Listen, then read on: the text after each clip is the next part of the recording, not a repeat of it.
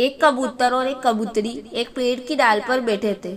उन्हें बहुत दूर से एक आदमी आता दिखाई दिया।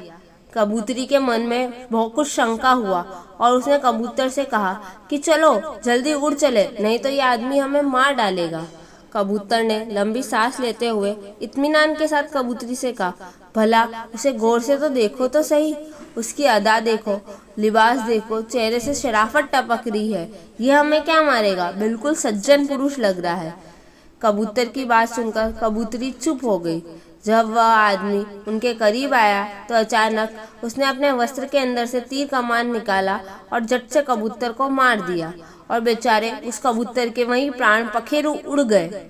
असहाय कबूतरी ने किसी तरह भागकर अपनी जान बचाई और बिलखने लगी। उसके दुख का कोई ठिकाना न रहा और पल भर में ही उसका सारा संसार उजड़ गया। उसके बाद वह कबूतरी रोती हुई अपनी फरियाद लेकर राजा के पास गई और राजा को उसने पूरी घटना बताई। राजा बहुत दयालु इंसान था। राजा ने तुरंत अपने सैनिकों को शिकारियों को पकड़कर लाने का आदेश दिया। तुरंत शिकारी को पकड़कर दरबार में लाया गया। शिकारी ने डर के कारण अपना जुर्म कबूल कर लिया।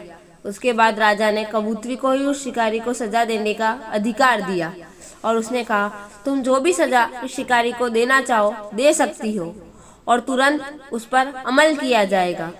कबूतरी ने बहुत दुखी मन से कहा, हे राजन, मेरा जीवन साथी तो इस दुनिया से चला गया, जो फिर कभी भी लौटकर नहीं आएगा। इसलिए मेरे विचार से इस क्रूर शिकारी को बस इतनी ही सजा देनी चाहिए कि अगर वो शिकारी है तो उसे हर वक्त शिकारी का ही लिबास पहनना चाहिए।